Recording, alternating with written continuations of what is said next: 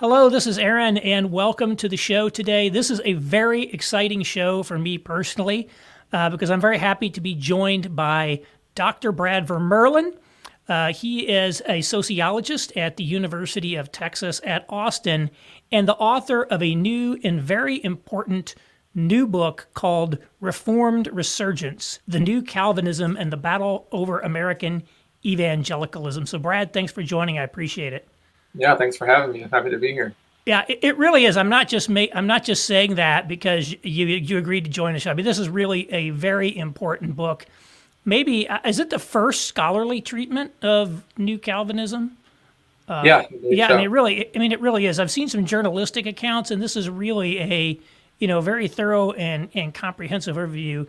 And I know I've sold you at least one book because when I sent out the promotion of this event we were going to be doing, somebody wrote back and said, "Oh, I went ahead and bought it. That looks like a great book." So hopefully we'll sell a lot more. So thanks again for joining. Before we get in, I'll just tell the audience that if you have not already, please hit the subscribe button on YouTube. I appreciate that. And if you want to get on my newsletter, just go to themasculinist.com and sign up.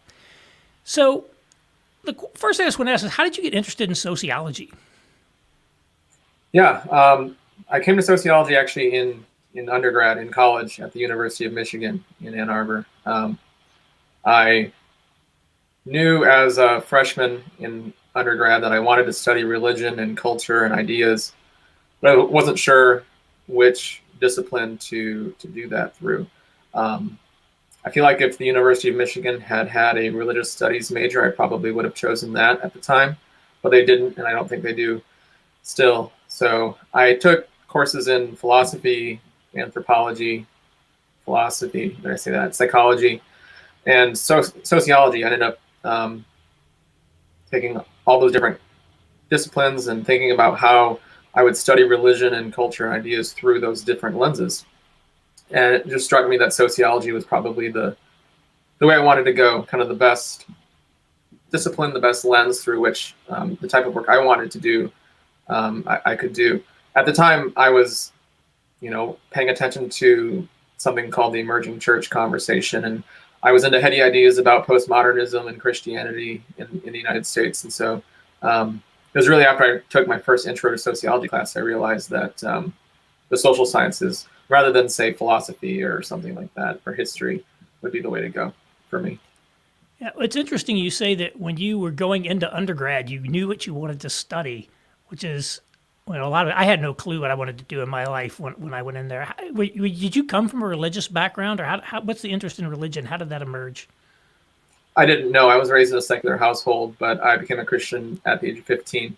So I was only a few years in to my own journey as a Christian when I went off to college at a large public secular university. And so I kept pursuing that interest and knew I wanted to study religion somehow. And sociology seemed like the right course to do it for me. So you did your PhD at Notre Dame?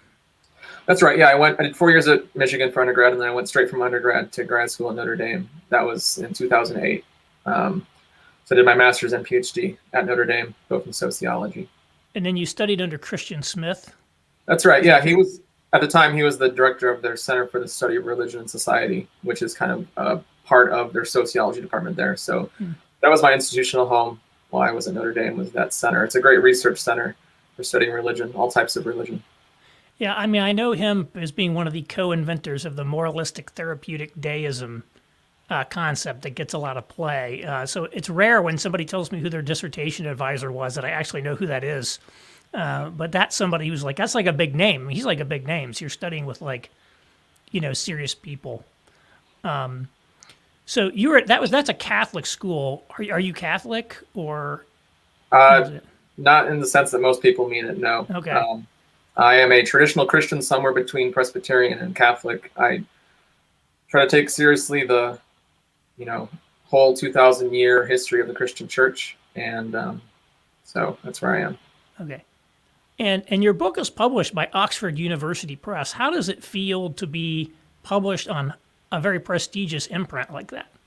Yeah, that was the goal all along. A lot of Christian Smith's books are published by Oxford, so he set a good example for me of the type of end product I was looking for. So I knew setting out at the beginning of the project in 2012 that this was, I wanted it to be published as a book, and probably with Oxford, and that's what happened in the end. Yeah, not everybody gets their dissertation ultimately published as books. And this was based on your dissertation, and so do you have like an estimate of like what share of dissertations actually get published as books? I don't know. I would imagine it's very few in sociology, although a lot of them, get chopped up into articles. So somebody might get 2 or 3 or 4 or 5 peer-reviewed articles in separate journals, out of their dissertation research. That's the ideal. But I think it's less common to have a whole dissertation be published as a book. So is this book, was it peer reviewed? Yep. Is that part of like, okay, yeah, because I think a lot of the academic books have to be peer reviewed to even go through the process. And it is an academic book, but I think I want to make sure everybody knows is this is very readable work. It's not one of these there's numbers in it, but it's not one of these sociology studies that's all a bunch of statistical analysis that's very hard to interpret. I mean, it's really very, very narratively driven. I'll say it's written in plain English. Maybe that's a demerit in the academic world. I don't know, but certainly the people who will buy your book will appreciate it. Yeah, I mean, I've always been kind of a plain English type writer, and I ended up in the book being fairly clear, I hope. I mean, it does get a little dense in parts, and it's probably not for everybody, but it's readable. Your book's called Reformed Resurgence, so it's about Reformed theology. So for people who don't know, what is Reformed theology? Yeah, that's a little bit of a contested issue between, Baptists and people who are called truly Reformed. But basically, the way I use it in the book is as synonymous with Calvinism. That will bother some people, because some people say that to be Reformed, you have to be, connected to a historic Reformed denomination. You have to believe in infant baptism, covenant theology, and that type of thing. Like Westminster theology types, they would be truly Reformed. But I use Reformed in a slightly looser way, in the sense that Baptists and maybe even non-denominational Christians could be Reformed as well, in the sense that they're Calvinistic. So Calvinistic being essentially John Calvin's view of soteriology, his doctrine of salvation being predestination, the idea that essentially God is sovereign over who is saved and who is not saved. There's the 5 points of Calvinism, which is commonly summarized using the acronym TULIP: total depravity, unconditional election, limited atonement, irresistible grace, and perseverance of the saints. And those are 5 doctrines that really summarize John Calvin's view of Christian salvation. And that's distinct from, Lutheran views, Wesleyan views, Catholic views, a host of other views. But it's essentially the idea of predestination. God determined before the foundations of the world whether or not you would be saved.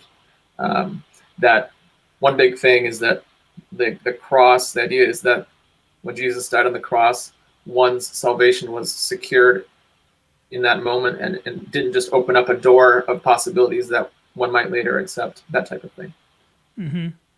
So what is New Calvinism? Right. So Calvinism has been around since John Calvin, 500 years, and a lot of Calvinists would argue that it goes back before John Calvin a long time. But the new on New Calvinism essentially is to represent that this is a kind of a new generation of Calvinists in American Christianity. I say in the book that it's not new in the sense that it's some serious alteration or revision of Calvinism. That's not what these religious leaders are up to. It's a resurgence of Calvinism among a new generation of American Christians. So it's especially after the turn of the millennium. So New Calvinism basically just being a prominence of Calvinism on the scene again in American Christianity. And I do distinguish between New Calvinism and something that's called Neo-Calvinism, which that term was already used to refer to kind of the Abraham Kuyper type Calvinists in the 1940s, 50s, and 60s, and still around today. So Neo-Calvinism is a phrase used that I describe as kind of being, explicitly Kuyperian, Abraham Kuyper. Dutch Reformed, former Prime Minister of the Netherlands. Yeah. So New Calvinism is like that, but it's a different social and religious phenomenon in the sense that it really emerged on the scene in the last, 20 years. Who are examples of people who would fall into the new Calvinism camp? Yeah, as with any social phenomenon, it's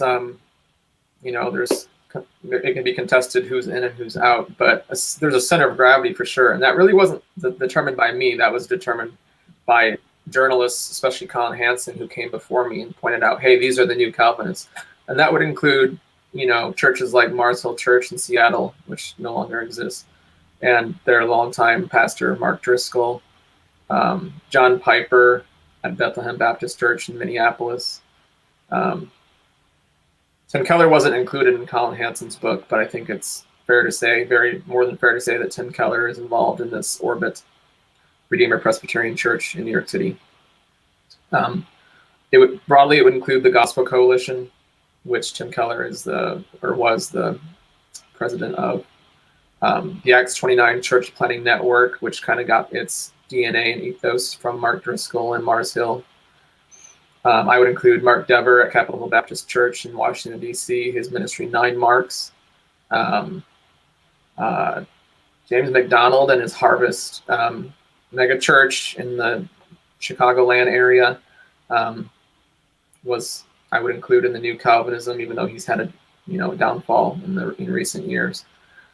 Colin Hansen, the guy who wrote originally back in 2006 and 2008 about the new Calvinists, he's now directing a lot of things at the Gospel Coalition, so he's in there. And there's a lot of others too. I can go on and on. I have a whole chapter just spelling out all these actors. It's various religious leaders, especially pastors and seminary professors. So Wayne Grudem, for example, would be a seminary professor. But also, organizations, mega churches, councils, conferences. So the Council for Biblical Manhood and Womanhood, John Piper and Wayne Grudem were essential in creating that several years ago. Together for the Gospel is a big conference that happens every 2 years that would be in this, and others. So there's a lot.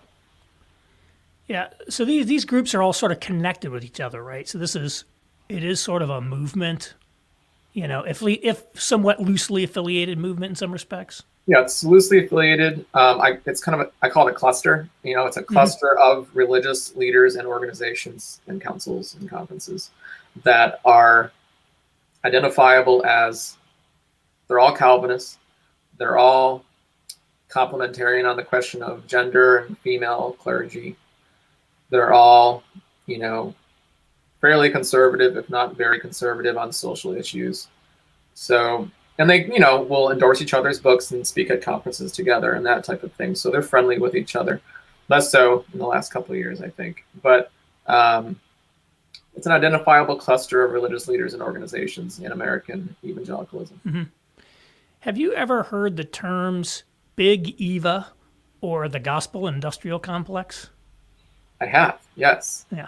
After I finished my PhD, so the book was finished, 80% of the book was finished in 2016. So after that, that's when I heard the term Big Eva. My sense is that's a critical term from the more very conservative Protestants who are critical of, the big show of kind of the big players in American evangelicalism.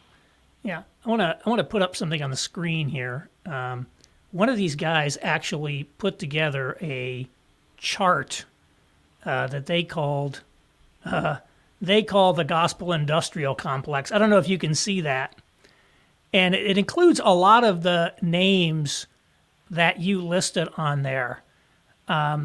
Maybe you haven't studied this, but do you feel that what's labeled here as the Gospel Industrial Complex or Big Eva is sort of coterminous with New Calvinism, or is that yeah? The Gospel Industrial Complex isn't a term that I would use. Yeah. Well, it's a polemical term, obviously. Yeah, because it's a polemical term. But if I'm looking at just the actors and the organizations and conferences listed here, then yeah, this is exactly what I'm talking about. You got Desiring God, that's John Piper's ministry. RTS, I would say that's kind of a little bit more truly Reformed and just kind of there as a Calvinist organization or a Reformed organization. It might not be New Calvinist in the sense that it's connected to the world of Piper, Driscoll, that world.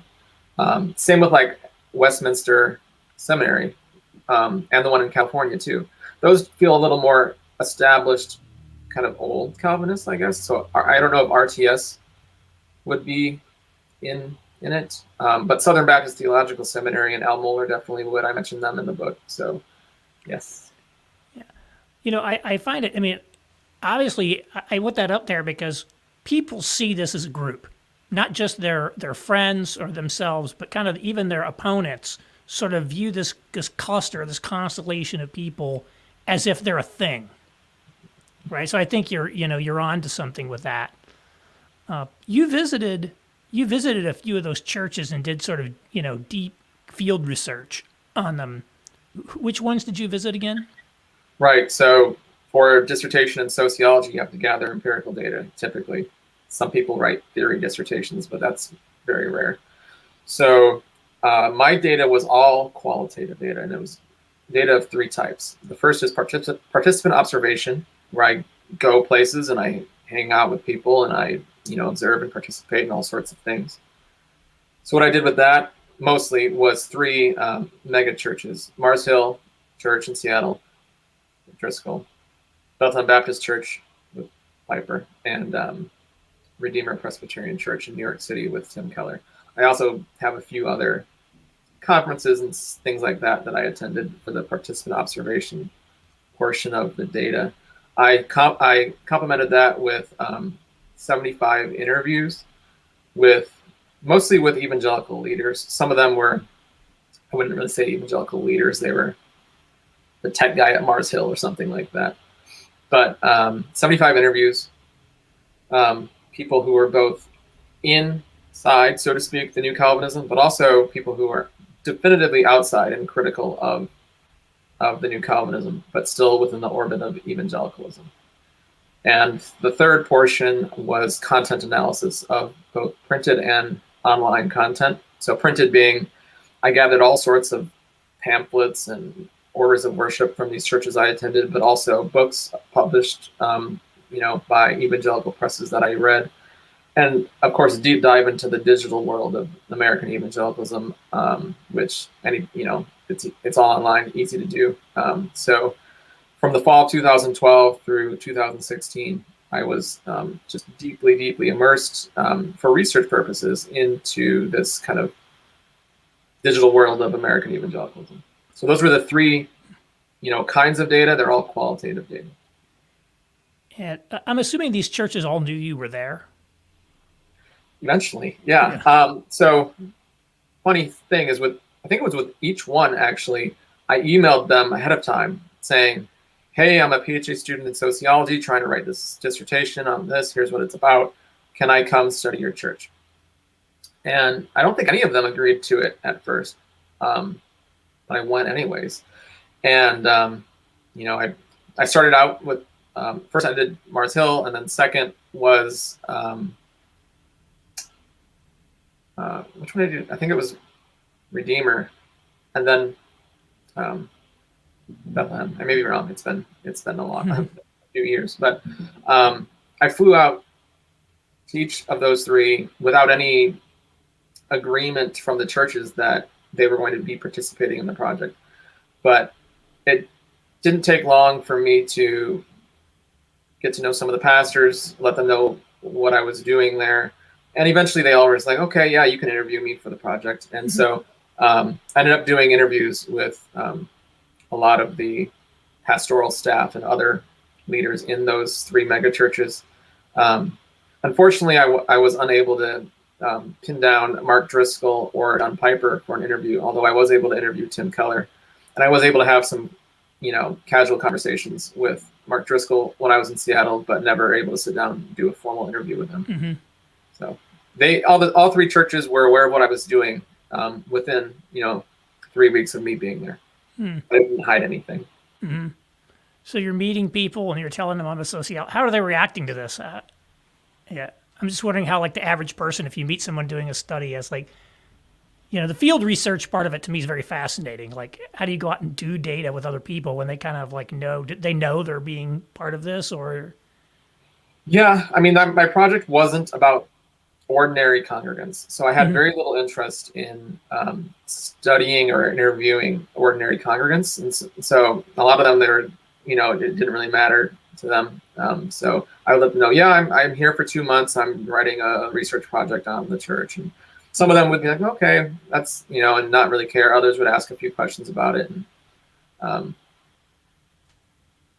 actually used, whenever I was in those types of situations and people were asking me about my research, I took that as an opportunity to gather more data, essentially. And I asked them, they said, well, what's your research project about? And I would say, do you know what Calvinism is? And about a quarter of the time, the answer was no. And that factoid ended up in the book. Yeah, I saw that. In fact, it was on my list to ask you about later on. It was pretty amazing to me that these self-consciously Calvinist churches, a sizable number of their congregants don't even know what Calvinism is. A minority, but yeah. Yeah. But when it came to the pastoral staff and other leaders of the churches, I had a couple who kind of brushed me off, but it was broadly welcoming, and they, it took some effort, some emails, some meeting, like one or two, and like, hey, can you introduce me to this guy, that type of thing. But it wasn't really that hard to get into the highest levels of leadership of these three megachurches. Eventually, for example, my last 2 days in Seattle, they gave me a guided tour behind the scenes of the entire church, the main building. They let me shadow them for a work day to see how they produce their music and their videos and their all sorts of things. So, yeah, it was. Oh, that's great. Broadly welcoming. I do mention in the book in an appendix about how, other people may not have had as easy of a time as I did if they were, looked different from me, or, in a wheelchair or whatever, and had different things going on than I do. But so I think being who I am, and kind of made it a little easier than could have been for other people, just to be fair. But yeah. So when did the new Calvinism start? Where did it kind of emerge from? So there's two ways to answer that. So when did it start versus when did it become a thing? So when did it become? Tell me about both. Yeah, when did it become a thing? I would say sometime between 2006 and 2008. Those are the years that Colin Hansen. So in 2006, he wrote a big article in Christianity Today about this kind of Calvinist phenomenon, saying that it's kind of resurging back on the scene. And the same guy, Colin Hansen, 2 years later, came out with a book-length treatment of the topic called Young, Restless, Reformed, published by Crossway. And that kind of put the movement kind of on the map of a lot of religion observers in the United States. So I would say that's when the new Calvinism became a thing, was strongly through the work of Colin Hansen in 2006 and 2008. But where did it come from, or when did it start? I would say all the actors were in place in 2006 for Colin Hansen to observe, and so it started before that, right? So the Acts 29 network, I think, started in 1997 or 1998. Mars Hill Church in Seattle was started in 1996, and I think the Desiring God started as a tape ministry in 1994. So, and there's much longer roots even than that, So, R.C. Sproul, for example, was doing ministry in the 70s, 80s. So there are long roots, so to speak, decades, in 70s and 80s, and then especially things started to take off in the 90s. But it became a thing really in 2006 through 2008. Does that make sense? Mm-hmm. Yeah, I mean, that Young, Restless, and Reformed label really did seem to stick I just read an article by Kevin DeYoung, who's part of this group, and he was referencing that label even today. I guess just the mere fact of giving something a name sometimes draws people to identify with it. Very much. And you mentioned he was sort of in the movement, and Crossway is sort of like their house publisher, and so there's sort of some things there. Where does New Calvinism fit in with evangelical more broadly? Right. It's definitely a minority segment of American evangelicalism. For people who pay attention to the movement, it may seem like the biggest thing, or the whole thing, but it's not. There's a broader evangelical landscape that includes what I call mainstream evangelicals, and other groups too. So there's neo-Anabaptist evangelicals who hang around the Missio Alliance and read David Fitch, for example, or Greg Boyd.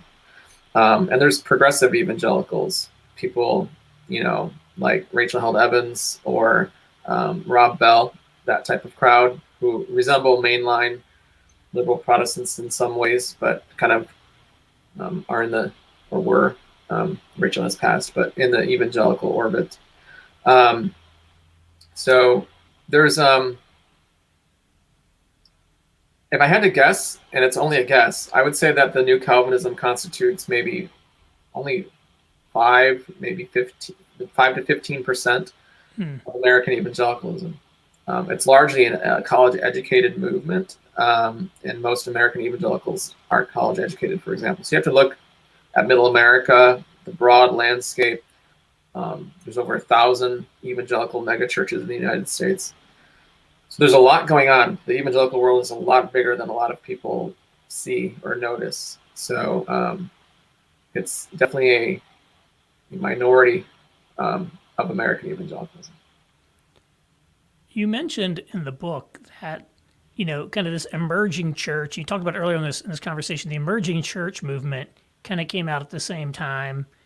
And then it seems to me like the neo-Anabaptist movement also kind of got big about the same time. What was going on in the evangelical world that sort of caused some of these different little tribes or groups to start crystallizing or developing around the same time? Right. So the short answer is, in the mid to late 90s, attention to postmodernist philosophy and how Christians should respond to it. So the emerging church conversation really took off in the mid to late 90s, especially 1997, 1998, about how evangelical Protestants should respond to postmodernism as a thought framework and postmodernity as a socio-cultural condition. And so from the late 90s through 2000, 5, 6, 7, it was the biggest thing on the American evangelical landscape, as far as I could tell, was how should we think about postmodern philosophy and the postmodern condition? They would define those things, And there were different answers to those questions. Mark Driscoll and Mars Hill Church were part of that conversation for a while, and they were pretty much uninterested in revising theology and ethics, but they were more open to revising, how things are done in church and that type of thing. And so that's, one answer to the emerging church conversation. Others were eager to revise theology and ethics and became what I call the emergent or progressive stream of American evangelicalism. So that would include people like I mentioned, Rob Bell, Brian McLaren, Tony Jones, Doug Pagitt, Rachel Held Evans, and several others.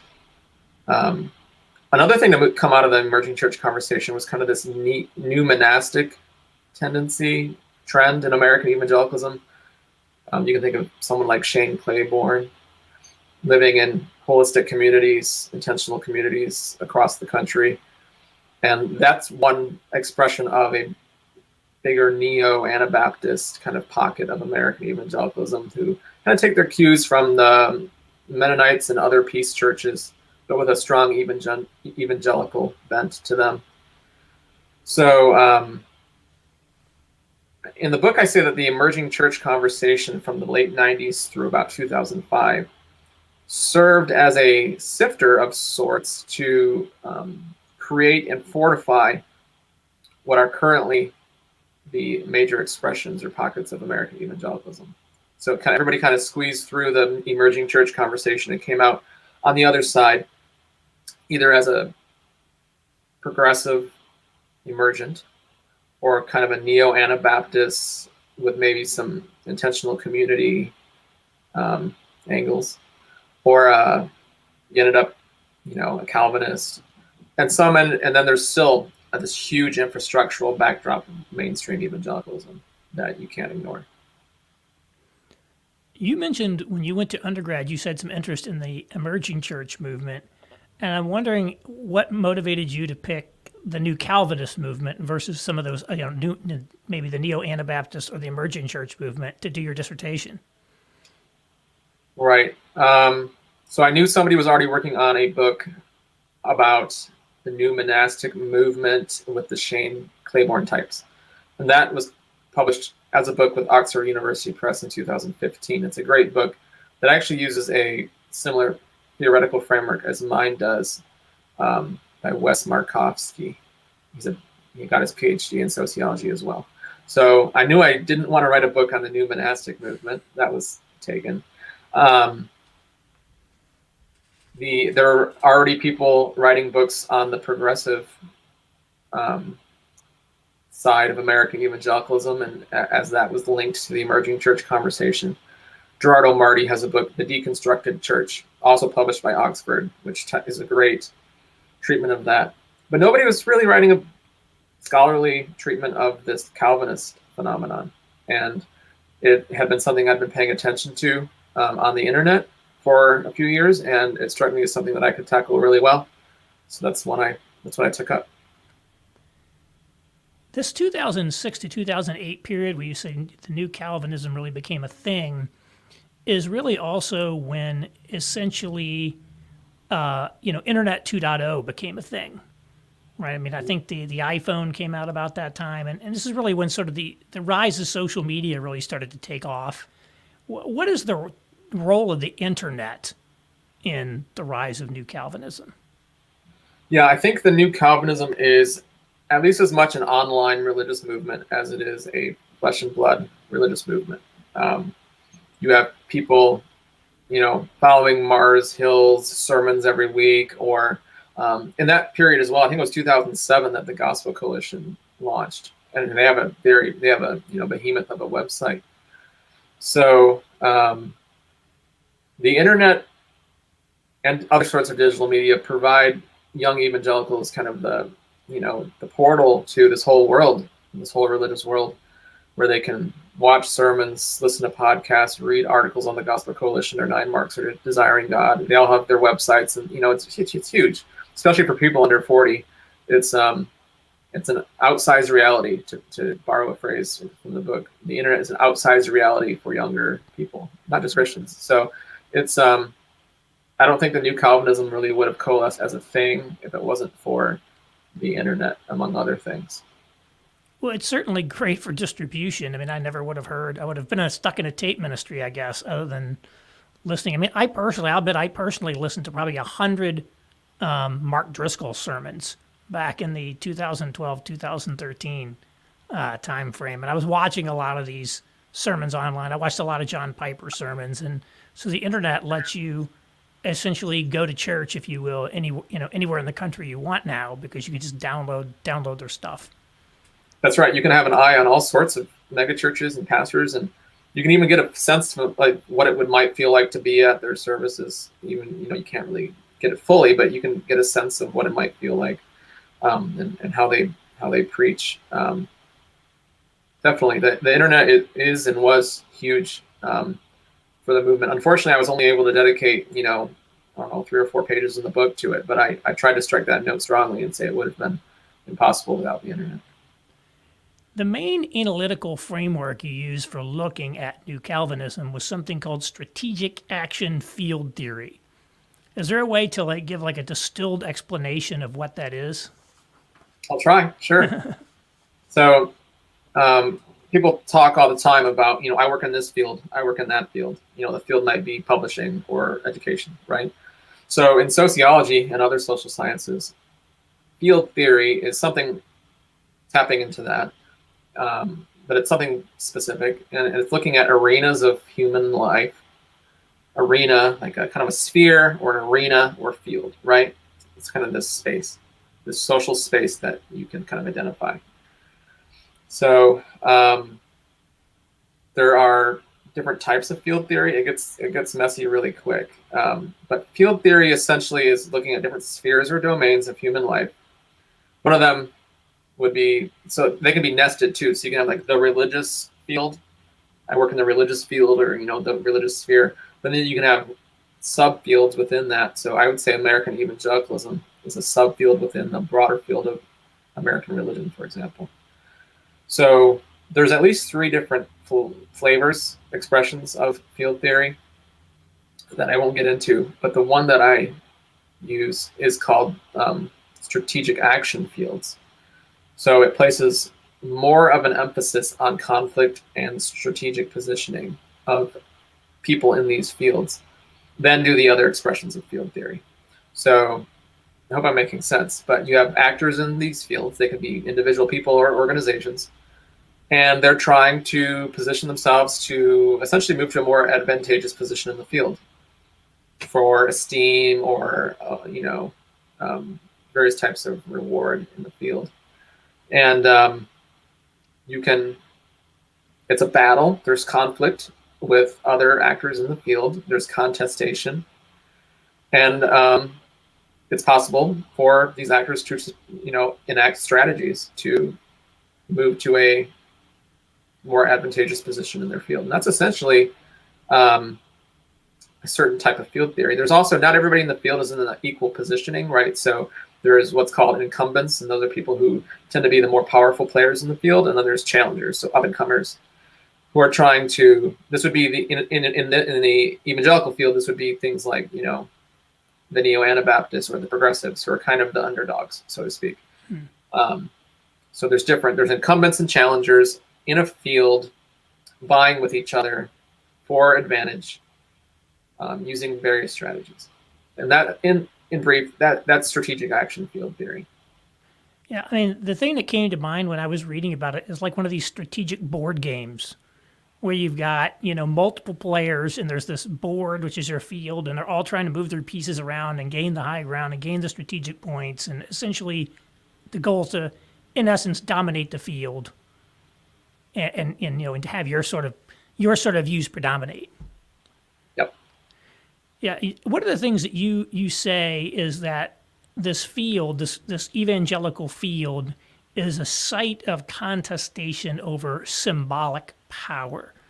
And I'll just read like one quote I had here. It says, "And it is such symbolic power, the power to impose on others a legitimate vision of the social world and its groupings, that allows for power in and over any given field." What is this this idea of symbolic power? Right. I take that from a French sociologist, very popular in my field, sociology, Pierre Bourdieu. So symbolic power, in order to understand it, first you have to understand what it's built upon, and that's something called symbolic capital. So, capital is basically a resource, right? So just like you can have economic capital or social capital, who your friends or your networks, you can also have symbolic capital. And that essentially is recognition or esteem or clout, basically. And if you have that recognition, esteem, clout, symbolic capital in your field, on top of that, you can build essentially symbolic power. You can see how that might necessitate symbolic capital, right? So symbolic power is not really, there's different types of power. It's not like it's not necessarily like physical power or economic power, although it can be economic or coercive power, but it's a symbolic power to essentially make things happen in your field with your words. That's what Pierre Bourdieu talks about. Your words have power in your field.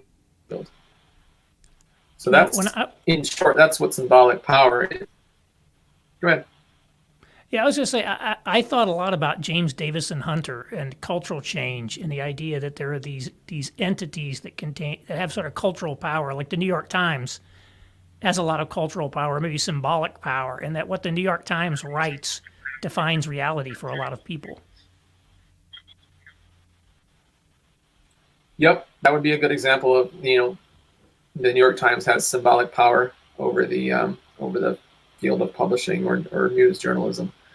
So that would be an example. An example I like to use, that I use in the book, I think, is that like a university administrator has the symbolic power to say who's on the honor roll.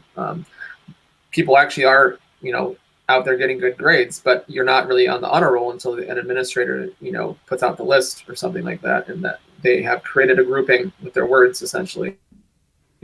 So because they have the legitimate power to create such a thing. So when John Piper says farewell, Rob Bell on Twitter, when John Piper says farewell, Rob Bell on Twitter, he's essentially, he probably isn't recognizing that he's doing this, but that's an enactment of symbolic power to do something with your words, something powerful to essentially expel him from the ranks of evangelicals.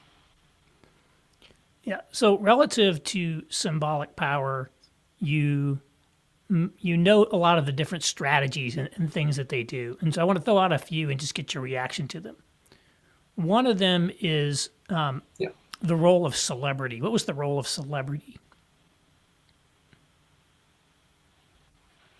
Yeah. I present it in the book more about charismatic authority than celebrity, right? But they're related, obviously. So a lot of this is the phenomenon of celebrity pastors, especially in the evangelical world. I think anybody who's familiar with evangelical Christianity knows there's big name pastors, John Piper, Tim Keller, Mark Driscoll, Matt Chandler, that type of thing, who are, at least them in the Calvinist world, celebrity pastors. There's others who aren't, Calvinists. So like Joel Osteen would be a kind of celebrity pastor among the prosperity crowd. Rob Bell was a celebrity pastor among more progressive evangelicals, for example. So it's you can't really explain the new Calvinism without taking that into account somehow. And the way I describe it is as kind of having this charismatic authority that attracts followers. And this kind of, it's hard to explain charisma, obviously, but it's this kind of polished, attractive way that leaders can carry themselves and present themselves and give talks, and it draws people in. And that's that's one big factor in this movement. Yeah, it strikes me that when sort of the Gospel Coalition, these guys were founded, many of these new Calvinist leading lights were already big name people with huge churches, and they had essentially carved out essentially individual celebrity at some level. Many of them maybe became most famous after that, but they were certainly well known and had large followings, and it was almost like it's the all-star team. It's like we're all kind of like big name people. We're going to get together with other big name people and create like a network. Yeah, there was definitely some of that going on. I mean, and there were other big name people who they excluded. A good example would be like I just mentioned, Rob Bell or Joel Osteen, and there's others who don't fit theologically with this cluster of people. Mm-hmm. So it was a teaming up of sorts. That's why the Gospel Coalition was formed in 2007, in part as a reaction against the emerging church conversation. So you had these people, forming a coalition to define certain theological and ethical issues. Mm-hmm. What about the role of New Calvinism as a gatekeeping entity? Right. So there's several ways that the New Calvinist leaders position themselves strategically in the field. I can get into all 8 or 10 of them if you want to, but one of them is as gatekeepers of theological orthodoxy. Not all. I think some have more of a tendency toward this than others. So, for example, Denny Burke at Southern Baptist Theological Seminary or Al Mohler have a stronger tendency toward this than someone like, say, Tim Keller, who's kind of just more go along, get along, kind of. So there's gatekeeping, there's boundary drawing against other actors in the evangelical field when they do things that are out of bounds, so to speak. So some examples I get into would be Rob Bell's big thing with his book Love Wins, where he was questioning the reality of hell, or at least what he was perceived to be. And there was that huge online pushback at, against Rob Bell and hell. So, and there were, of course, blog posts written and books written about, why evangelicals need to believe in a certain theology of hell. So that'd be one, boundary drawing and gatekeeping. And Rob Bell essentially was expelled from the evangelical fold, functionally speaking, after that. Went on tour with Oprah, I believe, shortly thereafter. Another example that I get into is when World Vision, at least its U.S. branch, changed its employee conduct policy temporarily, it turned out, to include employees who were in gay and lesbian relationships, who were married, so to speak. And there was a huge online pushback from New Calvinists, but also others like Franklin Graham, who I wouldn't count in this group. And less than 48 hours after the announcement after the change was announced, they reversed it in light of two things, as far as I can tell: the huge online pushback from evangelical leaders and the dropping of thousands of endorsements of children in light of that policy change. So that would be a gatekeeping, where basically a large mainstream evangelical organization does something, and then lots of other actors say, you can't do that, you shouldn't do that, you really need to reverse that. And they did, in less than 2 days. So those are just a couple examples of gatekeeping. I think Rachel Held Evans got a lot of gatekeeping directed at her, basically people saying you're not really an evangelical for various reasons, and eventually she self-selected out and became Episcopalian. Well, I thought it was really interesting. I don't know if you heard it.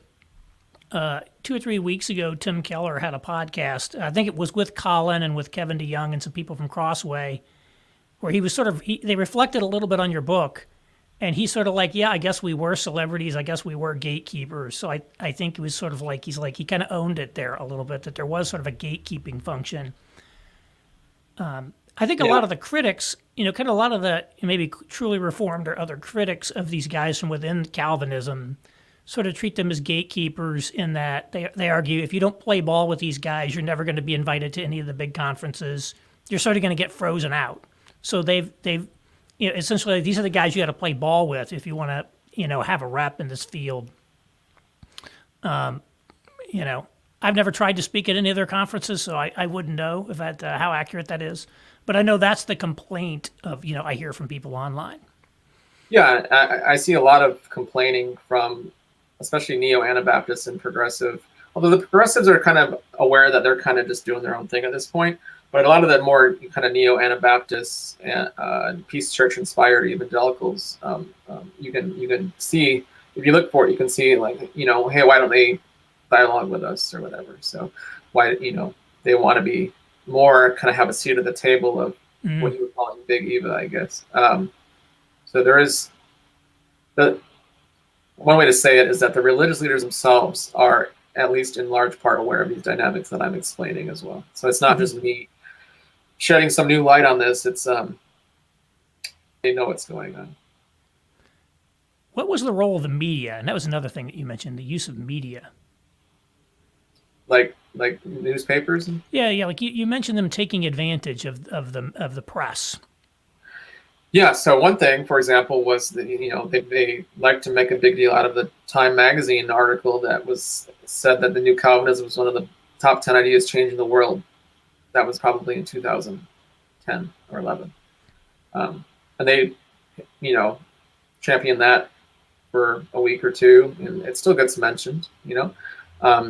I think frankly, if you look at the other 9 things on the list, it's just kind of a quick time piece that there's 10 things you click on. It's some ideas, and it's amazing in my view the traction that the New Calvinist movement got from that short Time magazine reference.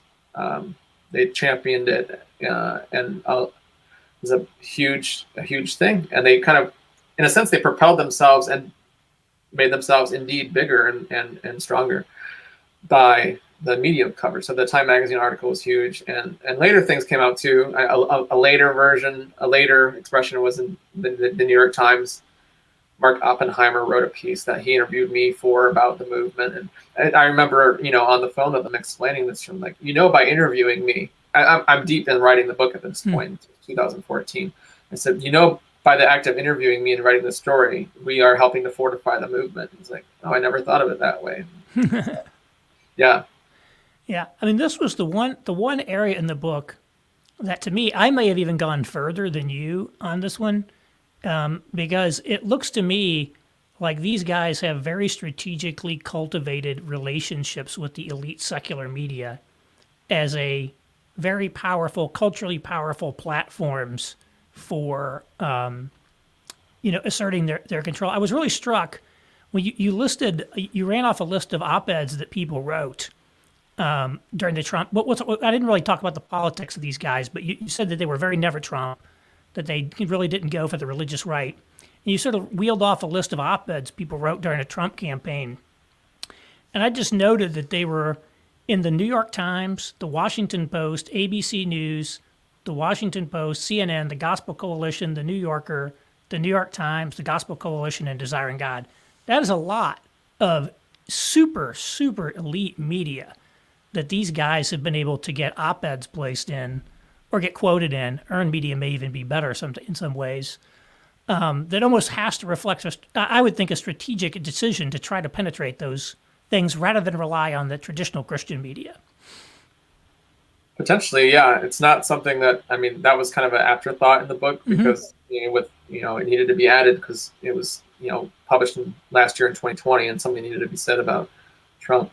But part of me would say, yes, I understand what you're saying. And a part of me wants to point out that the Washington Post loves to hear from evangelicals who are coming from a certain angle saying, strongly anti-Trump or something. So there is that sort of self-selection from the media itself. Right.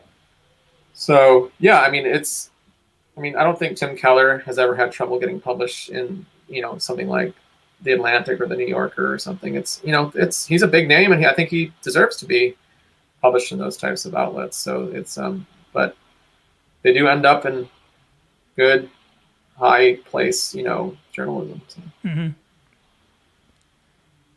You mentioned that one of the things that they did to distinguish them is they really did not affiliate with the religious right. They were very apolitical, in a sense, but that you thought that, kind of under the hood, they probably were political conservatives, but they didn't market themselves that way. I'm just wondering if that's still kind of your point of view. Like, where do you think they stand politically today? Right. So a lot of these new Calvinist leaders looked at the kind of moral majority Jerry Falwell expression of evangelicalism in years past, and they knew that was not the way to go. It was triumphalistic. It was kind of insecure in certain ways, and it was really a big turnoff for younger Christians. And so it was kind of a self-conscious move to be like, that's, and not to say it's disingenuous, it's just like, that's not what we're about. It's not what we're going to do. We're not, wedded to the Republican Party in the sense that Jared Falwell and the moral majority and the Christian Coalition and those types of actors were in the 70s and 80s. And they talk about this publicly. They articulate this for people to hear. And that can serve as a strategic discourse in the field to attract younger Christians and, to have this kind of non-triumphalistic public theology or something. So at the same time, I think, they are conservative evangelicals. They're pro-life on, abortion. They're against redefining marriage to include gay and lesbian couples. They are, I think, at least a few I can think of are like vocally pro-death penalty. They're fiscal conservatives, that type of thing. So they're right-leaning for sure politically. So, but they do present themselves as nonpartisan, if that makes sense. So there's a little bit of a tightrope that they're walking there to lean strongly conservative, theologically, morally, and politically, but also to be nonpartisan. Say, hey, we're not Republicans. Maybe they are, but they're not Republicans first. Or they'd say they're Christians first, and to differentiate themselves from the religious right, Christian right of the 1980s. So that, I think that's a strategic thing they can do, and that they do to win a hearing, in a sense, among younger Christians. There are a couple of figures in the book that are sort of related to you, but maybe a little bit distinct from this new Calvinist movement. So I wanted to get your take on where they fit in. You mentioned Douglas Wilson a couple of times in your book. Where does Doug Wilson fit in your schema? Right. So if I remember correctly, he's a conservative traditional Presbyterian, and kind of on the fringes of this movement. So he interacts a little bit with kind of the John Piper crowd, but so what I tried to do in the book was the reader gets a sense, if somebody's in the peripheral in the book, then they're peripheral in the vision of the New Calvinists, if that makes sense. So if somebody's only mentioned in a footnote once or twice in the book, and you get the sense like, this guy got mentioned, I wonder why. Then that's kind of where he is in the field too, from the perspective of the New Calvinists. So Doug Wilson would be an example of that. He's not kind of New Calvinist in the sense that he's, the New Calvinism is mostly a Baptist movement, Calvinistic Baptist, but Doug Wilson is a conservative Presbyterian, kind of a more hardline kind of, vocal. I'd say he's more traditional religious right. Yeah, I don't personally know a lot about him. I haven't immersed myself in his media, but yeah, he's if you get the sense in the book that he's somebody I mentioned twice and he's kind of peripheral, that's I would say kind of intentional. I did the same thing with John MacArthur. Right. That's the second guy I was going to ask you about. I mean, I know there's been some kerfuffles about John MacArthur in this statement on social justice. So there's maybe a guy who would have been more in is now more out. Right. So I intentionally went into the book saying I'm not going to include, if I can say it, fundamentalists. Mm-hmm. That's not to say that John MacArthur would self-identify as a fundamentalist. I don't think he would.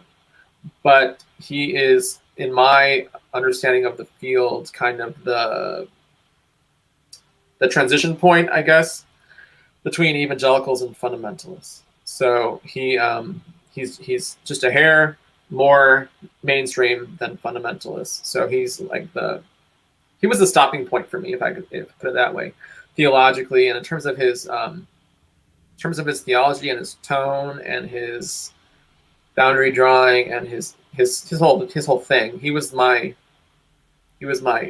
stopping point to the right.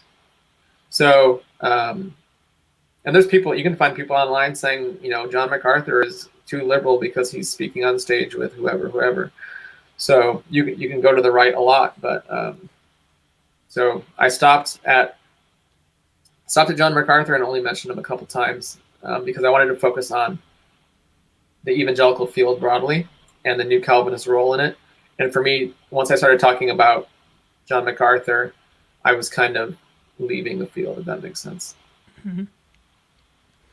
Thinking about the future, one of the things that you note in the book is how many of these big New Calvinist figures have suffered some sort of a fall or a scandal. You mentioned Mars Hill Church, it doesn't even exist anymore. So you think Mark Driscoll, James MacDonald, C.J. Mahaney, Joshua Harris, Darren Patrick, Tully Chividian. How does this movement? I mean, I keep asking, like, how many hits how many casualties can you take before your movement really starts to suffer from prominent people, having these issues? Do you have a sense of that? Right. And those names you listed off, that's exactly right. I don't know if people know, if your viewers will know the stories behind each of them, but it ranges from being fired from your mega church to suicide, or leave, and also I think abandoning the Christian faith altogether. So in I think it's chapter 2 where I'm describing the actors in this movement.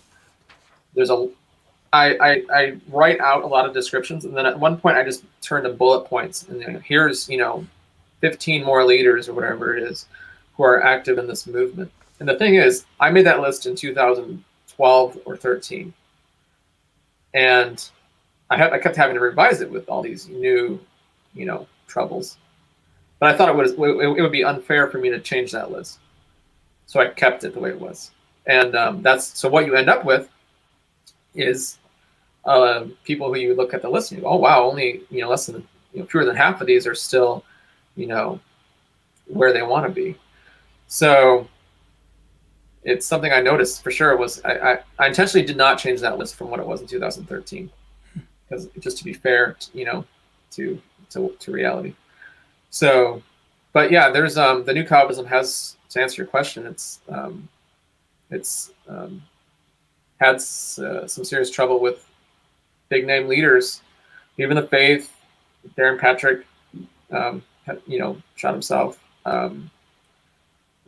Mark Driscoll and James McDonald had, in different ways, left their mega churches, and others. So it's the next few years aren't going to be the same as the last 10 years. Let me put it that way. Mm-hmm.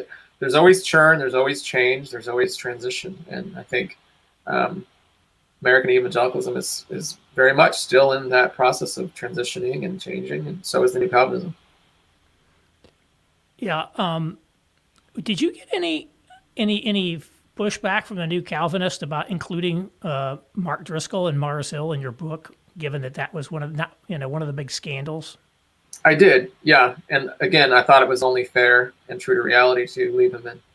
Yeah, I agree. How big he was in 2007, 8, 9, 10, 11, 12. It's just, you can't ignore him. He was a big voice in the movement, and to take him out would have felt disingenuous on my part. So I left him in. No, I mean, I thought it was he was like so important and such a big celebrity, and what really, I mean, when he was at his peak, I mean, he was really, really, really a big name. How's been the reception of the book overall? How do you feel about that? I mean, so it's just getting started. It just came out 2 or 3 months ago. I did listen to the podcast you were mentioning earlier, where Tim Keller basically said, he thought the book was fair and accurate. I should say, I mean, I say a lot of these things, boundary drawing and strategic actions and all these things, and it can sound like these are sinister actors, but I'm just trying to be a sociologist and say what I see. So as a Christian, I'm, sympathetic with a lot of, the ideas they put forward. I'm a traditional Christian, so it's not like I'm saying these are all terrible people or whatever, but I saw it and I had to say it the way I saw it. There's boundary drawing, there's strategic action, there's maneuvering, there's all this stuff, there's gatekeeping. And so thought I should mention that. But so Tim Keller has read it and he mentioned it on a podcast. It got a review in the Gospel Coalition. So, but it's just getting started in terms of public reception. I know there's some reviews coming in other places, but yeah, you got a great review in the Gospel Coalition. I think was basically that, and I thought it was a very fair, book. And again, I think some of those things like gatekeeping, they're integral to your theory, the strategic action field theory, but they're also just true. I mean, it's very obvious that that's what, kind of what they're. My book can come across as highly critical of lots of things, but I'm just trying to describe things the way I see them as, reflecting social reality. So, yeah, I think so often with these kind of intramural evangelical debates, everything sort of has to be filtered through some sort of a theological lens.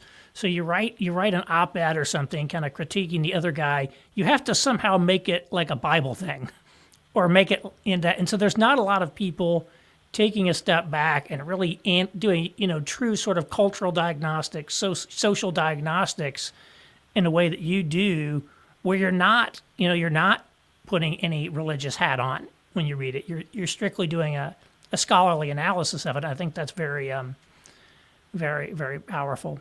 Yeah, and I feel like I mean, I feel like I can think of other people who, if they had written on this topic, the book would have read differently. I think it would have been strongly more critical of the New Calvinist movement than mine is. I mean, I do talk about all these things like gatekeeping and boundary drawing and stuff, but I mean, it's I think overall I tried to be fair, and you would have had people attacking them on sexuality and gender stuff that I don't, for example. Mm-hmm. Yeah. I did have one question from somebody in the audience, and I'm not sure if I fully understand this, but if you have any thoughts on it, you can share. If you it's like, would you agree that the New Calvinists are more worried today about gatekeeping at the right side of the evangelical tent? So when I was working on the book back in, say, 2011, 12, 13, 14, there was a big focus on gatekeeping to the left, right? So you have Rob Bell and the hell issue. You have World Vision and their thing on gay marriage. You have open theism, the idea that God doesn't know the future or knows the future as an unsettled possibilities, and a lot of gatekeeping to the left. And there should I read the question? Yeah, so I think you might see a little bit more now of kind of boundary drawing to the right as well. So against, in the book, one thing I get into is a strong Trumpist version of American Protestantism. They're trying to draw some, boundaries there, saying that's not really what we're about. So, and I'm not sure what else I can think of boundary drawing to the right. Yeah, one example I think is clear. I mean, you're seeing more and more people who are, for example, attacking complementarianism from the right. So there's a lot of kind of call them neo-patriarchy people out there that would be an example of someone coming in from the right. So complementarianism, I think, is a good example of a doctrine that's under attack from both sides. So I don't know that they're per se gatekeeping that out, but it's something that's out there. There are more attacks from the right now, I would say. So the question, I don't really see the New Calvinism drawing boundaries against the right as much as I see critiques coming from the right toward the New Calvinism about the distinction between patriarchy and complementarianism, for example. Social justice and identity politics has become huge in the last couple of years in terms of being woke or whatever, and people saying that certain New Calvinist actors or organizations have gone too far into being sympathetic with identity politics or whatever you want to call it. So that's probably the biggest one, right? That big critique. So that is a factor. So unfortunately in the book, I don't really get into the identity politics, intersectionality, critical race theory, woke, whatever you want to call it. That the book was already pretty much, at the publisher getting reviewed by the time this stuff really took off. Yeah, I mean, that really came out within the last 5 years. Especially in the last 3 years, it's really accelerated. Yeah, if I were to, write it, do an update or whatever, I would need to include that for sure. Mm-hmm. And then I guess the last question, again, a future-oriented question. What is sort of the prognosis for New Calvinism? Maybe not in the immediate future, but a lot of the key big names that are left, like Keller and Piper, are retirement age. They technically retired from their pulpits. John MacArthur is not going to be around. A lot of these guys are not going to be around. And when the mainstay sage celebrities exit, is this thing going to have staying power, do you think? As a thing, as an identifiable movement, I don't think we're going to be talking about it much more in 10 years. There's still going to be complementarian, socially conservative Calvinists around in 10 years and much longer after that. But I think the label New Calvinism or YRR, Young Restless Reformed, or whatever you want to call this cluster of actors, I think has already become less important than it was 5 years ago and will continue to become less important, which is not to say that, like I said, these religious convictions are going to, recede to oblivion or something. Mm-hmm. So I think it is. I mean, I've never been to seminary, and I'm not big in the seminary world, so I don't know who kind of the people in their 30s coming up would be, who could kind of fill the shoes of a John Piper or a Mark Driscoll or Tim Keller or something. Be a leader of a big megachurch or something. Maybe they're out there. I mean, I don't pay as close of attention to the evangelical field anymore as I did when I was working on this project. But like I said, I don't know who the people are finishing their seminary degrees, MDivs or doctorates. But maybe they're out there. I mean, people like Owen Strahan, for example, are very visible. But I mean, he's gone more in a John MacArthur direction than a Matt Chandler direction, if you know what I mean, mm-hmm. in terms of culture and stuff like that, and social justice. I don't know who. So he'd be kind of the younger version, I think, of a John MacArthur, but I don't know who the younger version of a Matt Chandler would be. I don't know. Well, Matt's still pretty young. I mean, I do think a lot of the younger guys, like, I kind of a little bit personally distinguish between people like Keller and Piper, who are a little more intellectual in their approach, with some of these more, like Chandler to me and Driscoll were more charismatic. They were sort of charismatic frontmen. So I think there's always kind of a new young, up-and-coming young charismatic megachurch people who kind of catch fire. To me, the real question is, whether it be like, where's the next intellectual generation going to be? I think Owen Strahan is a good, a good one to throw out there. It'll be interesting to see. It'll be interesting to see what happens. I think evangelicalism, New Calvinism, much like the political parties, is kind of in a state of flux, where there's a lot of forces coming, and we don't know exactly what it's going to look like. But it's going to provide sociologists. It's going to provide a lot of new dissertation material for new young PhDs out there someday. Yeah, and I mean, a lot of the I've mentioned a couple times, the mainstream of American evangelicalism is not Calvinist. I mean, there's a lot more. Like, there's over 1,000 evangelical megachurches in the country. There's Assemblies of God megachurches. There's non-denominational megachurches that are not Calvinistic. You have the husband and wife lead pastor duo type megachurch, and so it's there's a lot going on in American evangelicalism that's not complementarian Calvinist, and so you have to keep an eye on that too and see what's because you're going to have big people coming up in the Assemblies of God world that a lot of people will never hear of or something, but they'll be big in their own small world. So, but if we're just talking Calvinists, complementarian conservative Calvinists, then yeah, there's kind of that its own minority of American evangelicalism to keep an eye on. But it is a very visible minority. That's the whole idea of the Reformed Resurgence, is that it's not always about the numbers that in the last 20 years that Calvinists have, like Keller said in his podcast, it's not like they've doubled and then tripled and quadrupled or something. It's more of a visibility thing and being on people's radar and publishing books that get read and hosting conferences and all sorts of more qualitative dynamics, not just the numerical increase to pay attention to. That's one of the main arguments of my book, is that while there has been a numerical increase in Calvinism since the turn of the millennium, which it's hard to pin down, the more powerful and important dynamics are these non-numerical ones that involve, gatekeeping, boundary drawing, moving into cities,